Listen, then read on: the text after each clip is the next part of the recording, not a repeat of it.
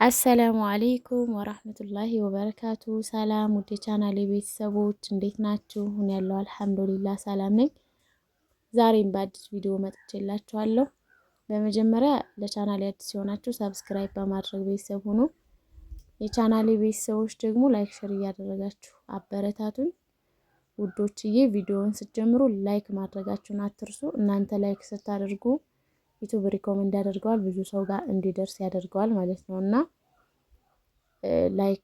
ላይክ አድርጉ። ሰብስክራይብ እያደረጋችሁኝ ነው። ሁላችሁንም ከልብ አመሰግናለሁ። እንግዲህ በቅርቡ 10,000 ሰብስክራይብ እንደምታስገቡኝ አልጠራጠርም። እናማ ያው ለእናንተ የሚጠቅማችሁ ቪዲዮ ስለሆነ ይሄ ቪዲዮ እስከ መጨረሻው ድረስ አብራችሁን ቆዩ፣ ተከታተሉኝ። የአብዱል ሐፊዝንም ቁጥር የምትፈልጉ ልጆች ቪዲዮ ላይ ያስቀምጥላችኋለሁ። ዛሬ ደግሞ በጊራና ከተማ እንገኛለን። ለምንድን ያለ ዕቅድ የተሰራን ስራን በእቅድ ለመስራት እና ልስን ግድግዳን ሳይቆፍሩ ቻክ ማሰራት ያለውን ጉዳት ለእህት ወንድሞች ልናሳይ ልናስተምር። በዚህ ቪዲዮ ውስጥ ብዙ አይነት ትምህርቶች ተካተውበታል።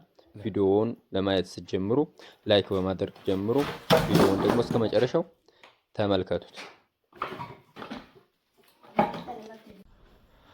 መኖሪያ ቤት አሰርታችሁ ካሰራችሁ በኋላ ለኑሮ ውስጡ ላይ ለኑሮ አልመቻችሁ ያለ ማለትም ሳሎን ላይ ተቀምጣችሁ ወደ መኝታ ቤት ወይም ወደ ዕቃ ቤት ብሎ ወደ ልጆች ክፍል ልትሄዱ ሲሆን በውጭ እየወጣችሁ ወደ ሌላ ክፍል የምትገቡ እህት ወንድሞች ለእናንተ ቆንጆ መረጃ ይዤላችሁ መጥቻለሁ። እስከ መቼ ፊኒሽንግ አሰርታችሁ የጨርሳችሁ ቢሆን እንኳን እና ፊኒሽንግ አሰርተን የጨረስን ብንሆንም መፍትሄው ለኛም ይሆናል ማለት ነው። አዎ ለእናንተም ይሆናል። እንዴ ጂፕሰም ቻክ አሰርተን ዘመናዊ መብራት አሰርተን ዘመናዊ የፕላስቲክ ወይም የጂፕሰም ኮርኒስ አሰርተን ጨርሰናል፣ ቀለም አስቀባብተናል። እንዴት ለኛ ይሆነናል ካላችሁ ቪዲዮ ይዤላችሁ መጥቻለሁ፣ ተከታተሉት። አሰላሙ አለይኩም ወራህመቱላሂ ወበረካቱ። ውድና የተከበራችሁ የቻናሌ ቤተሰቦች እንዴት ናችሁ? ሰላም ናችሁ? ደህና ናችሁ ወይ?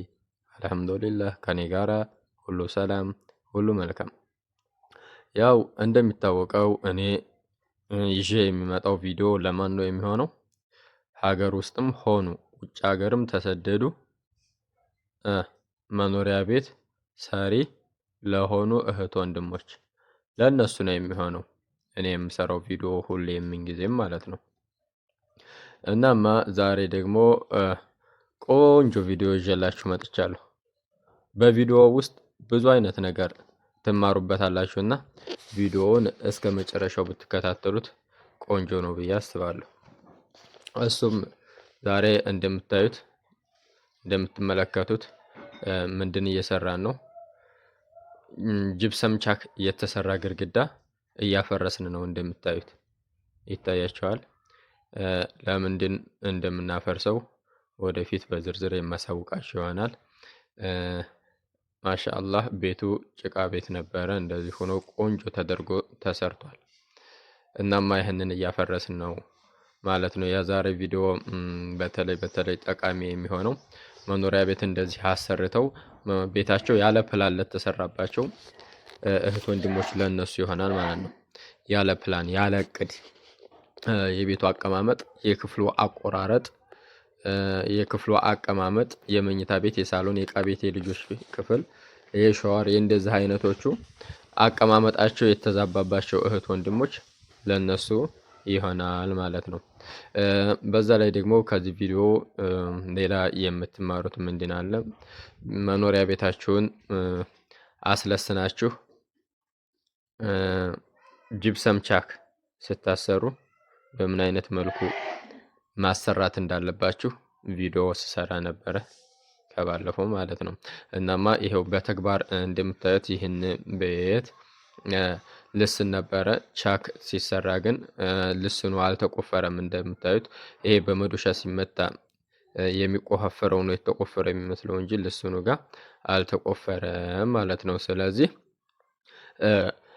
ልስኑን ሳይቆፈር ጅብሰም ቻክ ማሰራት ሳይድ ኢፌክቱ ጉዳቱ ምን እንደሆነ እዚሁ በተግባር ታዩታላችሁ ማለት ነው። እያያችሁትም ነው።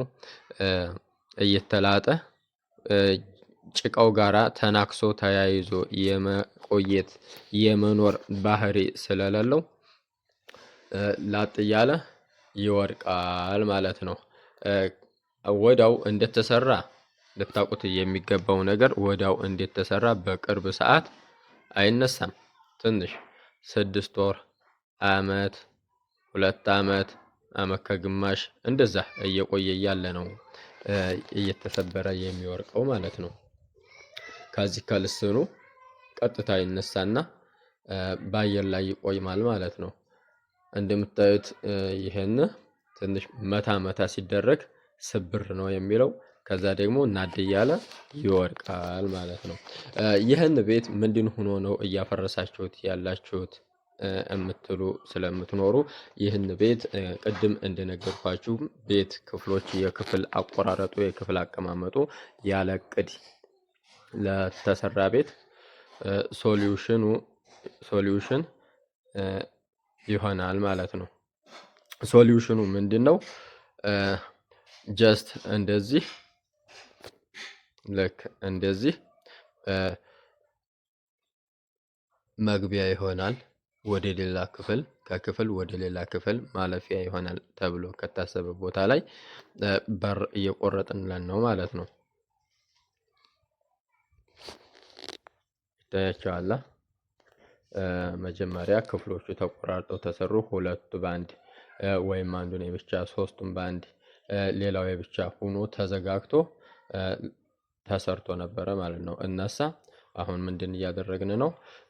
ይሄ ሳሎንና መኝታ ቤት ሆኖ ወደ እቃ ክፍል ወይም ወደ ልጆች መኝታ ክፍል መሄድ ስላልተቻለ በውጭ በር እየተወጣ ሆነ ወደ መኝታ ቤት ወይም ወደ እቃ ክፍል የሚከደው ማለት ነው። ስለዚህ ያንን ችግር ለመቅረፍ ያንን ችግር ለማስወገድ ክፍሎቹን በእንደዚህ አይነት መልኩ ሌላውን ቤት ሌላውን ግድግዳ ሳያናጋ ጥበብ በተሞላበት መልኩ ይሄን ግድግዳውን ቀደን በር ልንሰራለት ነው ማለት ነው። ምን አልኳችሁ? ይሄን ቻክ የተሰራው ግድግዳ እየፈረሰ ያለው ወደ ሌላ ክፍል ለመተላለፊያ በር እንዲሰራለት ነው። ወይኔ እንደዚህ ጅብሰም ተሰርቶ ነበር። አሁን ይሄ እንደዚህ ሲሰራ ሌላው አይፈርስም ወይ አይናጋም ወይ አይሰነጠቅም ወይ ብላችሁ ለምትሉ እህት ወንድሞች ማለታችሁም ስለማይቀር አእምሯችሁ ውስጥ ጥያቄ ስለሚፈጥርባችሁ መጀመሪያ በር ይሆንበታል ተብሎ ከታሰበው ቦታ ላይ የበሩን ቁመት ጎኑን ተደርጎ ከተለካ በኋላ ምልክት ይደረጋል። በዛ ምልክት በተደረገው እንደዚህ በግላይንደር ከት ይደረጋል ማለት ነው። ጂፕሰሙና ጭቃው በግላይንደር ከት ይደረጋል፣ ይቆረጣል። ከዚያ በኋላ በግላይንደር ዙሪያው ከተቆረጠ በኋላ በእንደዚህ በመዶሻም ሆነ በጥልቆ መታ መታ ቢደረግ ምንም ችግር ለሌላው ግድግዳ ምንም ችግር አያመጣ ማለት ነው። እንደምታዩት ፒውር ሆኖ ንጹህ ሆኖ ከጎንና ከጎን ያለው ሳይሰነጠቅ ምንም ሳይሆን ጉዳት ሳይደርስበት አውርደን ጨረስ ነው ማለት ነው። ከአሁን በላይ ምን ይጠበቅብናል? ይህንን ጭቃውን ቆፍረን ማውጣት ማለት ነው። ይሄ ደግሞ በጀርባ ያሰመርነው መስመር ነው ማለት ነው። በጀርባ በሁለቱም በኩል ስለሆነ የሚቀደደው በጀርባ ይታያችኋል። ከልስኑ ጋራ ብዙ ተያይዞ የመቆየት ባህሪ የለውም። ለምንድን ነው? ልስኑ ስላልተቦጫጨቀ ማለት ነው።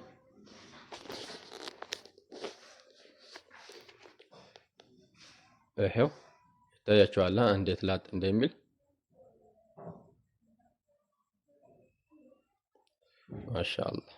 ማሻአላህ ይኸው ከሁሉም በኩል ልጠን ጨርሰናል ማለት ነው። አሁን ይሄንን በግላይንደር ግድግዳው በጥልቆ ከተመታ ግድግዳው ስለሚናጋ ግድግዳው እንዳይናጋ በግላይንደር ነው ከት የሚደረገው ማለት ነው። ማሻአላህ ይሄው በግላይንደር ከት አድርገን ጨርሰናል። በአማረ መልኩ ቤቱ ሳይናጋ ሰርተን ጨርሰናል ማለት ነው።